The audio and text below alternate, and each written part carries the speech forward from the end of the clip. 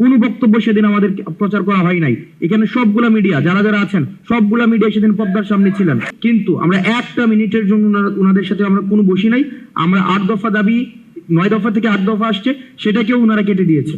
দুঃখজনক হলেও সত্য, আবার যখন আমাদের সেই ফোনে নিয়ে আসা হয়, আমরা দেখেছি ডিজিএফআই ফোন দিয়ে দিয়ে সেটাকে ইন্টেনশনালি এই প্রত্যেকটা ভিডিওকে কাট করেছে। তো যেহেতু আমাদেরকে কথা ছিল আমাদের বাসায় ফেরত দেওয়া যাবে, ওই দিন আমাদেরকে বাসায় ফেরত দেয়নি, তখন আমাদেরকে একটা সেফ হোমে নিয়ে যাওয়া হয়।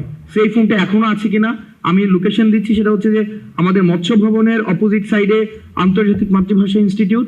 বাইরে থেকে কোনোভাবেই বোঝা যাবে না যে এটা একটা ডিজিএফআই এর সেই ফোন।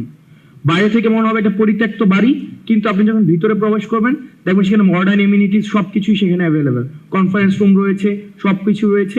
সেখানে আমাদেরকে সন্ধ্যাবেলায় নিয়ে যাওয়া হয়। দেন পরবর্তী 2 দিন আমাদেরকে সেখানে মানে আটকে রেখে যত ধরনের ফোর্স করা যায়, ভার্বালি, ফিজিক্যালি যত ধরনের, এবং রাষ্ট্রে এমন কোনো আইন প্রয়োগকারী সংস্থা নেই যারা আমাদের সাথে ওই সেই ফোমে বসে নাই। এবং মেন্টালি যত ধরনের টর্চার করা যায়। একবার আমাকে বলে যে সার্জিস রাজি হয়ে গিয়েছে, সুতরাং তুমি যদি রাজি না হও তাহলে তোমার ভবিষ্যৎ তুমি দেখবা। এবং আমরা সেখানে মিডিয়ার ভূমিকাটায় পড়ে আসছি। আজকে আমরা মিডিয়াকে দেখছি সব জায়গায়। আমি মিডিয়ার উপরে প্রচন্ড পরিমাণ ক্ষুব্ধ, ওই মিডিয়ার প্রতি আমার ক্ষুব্ধতার জায়গাটা কোথায় সেটা আমি একটু পরে বলছি। এবং সেখানে হচ্ছে আমাদেরকে কেরিয়ার সেটেল করে দেওয়ার কথা হয় যে দেখো এখানে যে প্রত্যেকটা মানুষ মারা যাচ্ছে সবগুলোর দায়ভার কিন্তু তোমাদেরকে নিতে হবে, সবগুলোর দায়ভার। ইদামিংটাইম আসিফ নাইদের সাথে আমাদের যোগাযোগ হয় না, কারণ আমাদের ফোন ছিল না। আমরা বারবার চেষ্টা করছিলাম আমরা যোগাযোগ করব, আমরা কোনোভাবেই তাদেরকে আমরা সংযোগ করতে পারছিলাম না। তা আমাদেরকে বারবার বলা হচ্ছে যে বিদেশে, এবং আমাদেরকে বলা হচ্ছে যে দেখো তোমরা যদি একটা সেটেলমেন্টে আসো, তোমাদের যে কেরিয়ার ওই কেরিয়ার হচ্ছে আমরা সেটেল করে দেবো, তোমাদের বিদেশে বলো দেশে বলো যাই বলো না কেন। এবং ওনারা আমাদেরকে বলছিলেন এই ভদ্রলোকের কেরিয়ার অলরেডি সেটেলড, কিন্তু আমরা কোনোভাবেই নেগোসিয়েশনে যেতে চাচ্ছিলাম না এবং আমরা কোনোভাবেই বসতে যাচ্ছিলাম না। তো সর্বশেষ আমাদেরকে ওই দিন আমি হাসিবকে নিয়ে আসি, কারণ আমি কোনোভাবেই আমি বিষয়টাকে যে কিভাবে অ্যাড্রেস করবো, তো হাসিব আমার সাথে ফোনে যোগাযোগ করে হাসিব নিয়ে আসে। হাসিব যেহেতু মাদ্রাসা স্টুডেন্ট ছিল, হাসিবের প্রতি আরো বেশি তাদের ক্ষোভটা বেশি ছিল।